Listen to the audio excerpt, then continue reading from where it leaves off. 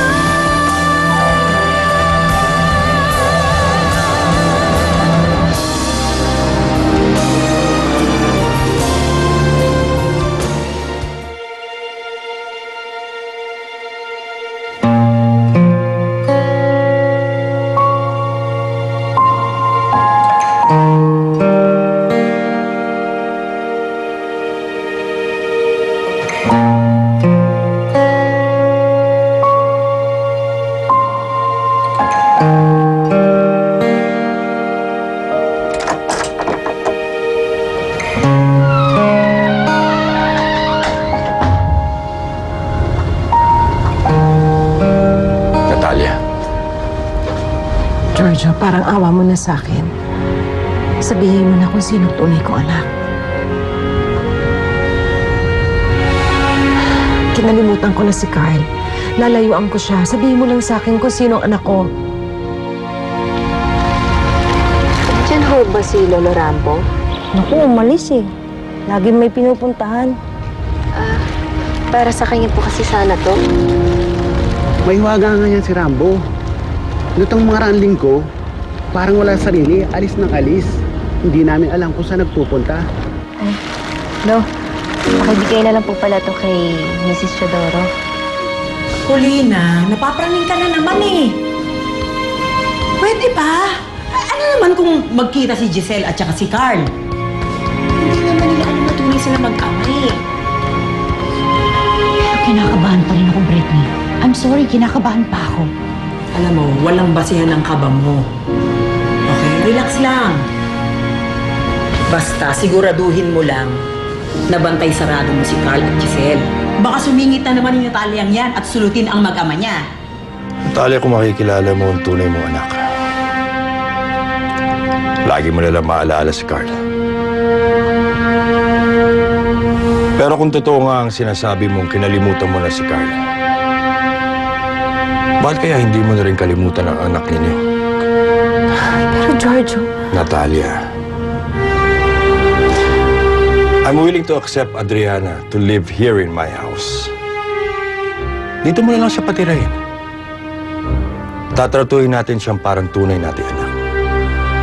Kung paano ko tinanggap si Calvin, ganun ko rin tatanggapin si Adriana. What do you say? Think about it. Hindi ka pa ba uuwi? Bakit? Pinapaalis mo na ba? Hindi naman. I'm just worried. Baka kasi nahanap ka na sa inyo eh. Sino naman maghahanap sa akin? Si Mommy na kina Tito Giorgio na. Si Lola naman nasa ospital. Well, not that she cares about me. Si Dad, well, I still don't know if he still want me as his daughter. Hindi niya ako tunay na anak, di ba? Oh, Stefano. What can we do for you? Si Giselle. Nagpaalam siya sa akin kanina. Pupunta siya sa Home for the Aged. Bakit?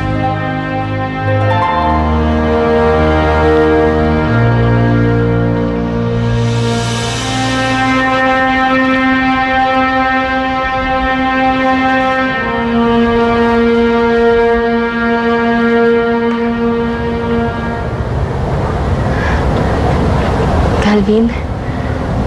Oo, di naman magdrama yung isang yun, no? Akala mo tunay niya magulang yung mga nandun sa Home for the Aged. Pwede bang tigilan niyo na si Giselle?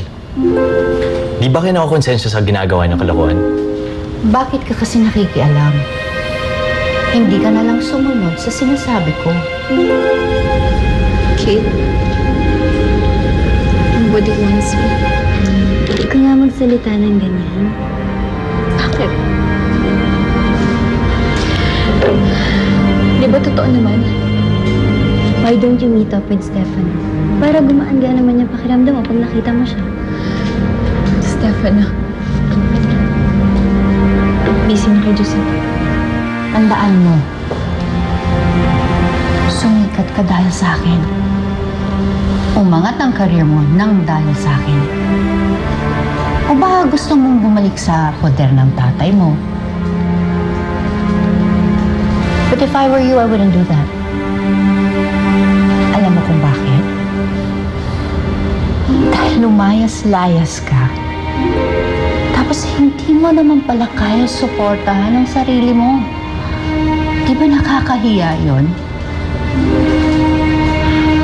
You have no choice, Stefano. Sumunod ka lang sa sinasabi ko. Pwede ba?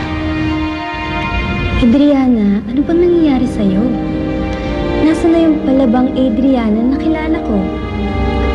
Kung mahal mo talaga si Stefano, paglaban mo yung pagmamahal mo sa kanya.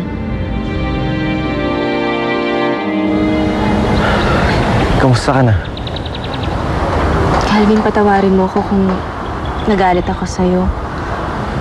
Ano ka ba? Hindi mo na kailangan humingi ng tawad. Naiintindihan kita. Nag-away kasi kami ng tita Natalia mo. Kaya nangyari ang lahat ng to. Nasaktan ko din si Adriana. Kaya siya naghihiganti sa akin.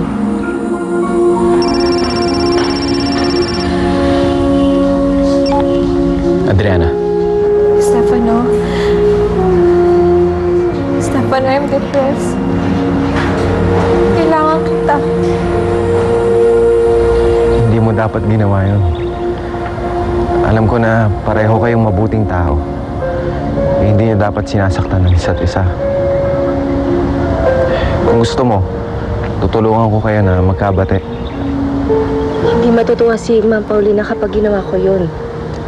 Pero Giselle, kung alam mong mali sinasabi niya, hindi mo siya dapat pakinggan.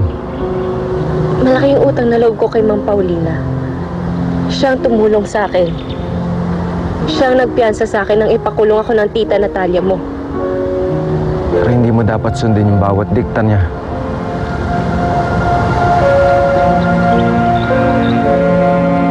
Busy ako ngayon.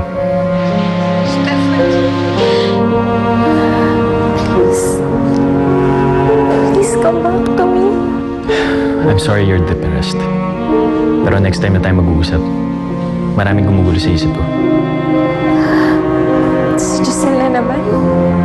I'm sorry. We'll talk next time. But I'll pray for you.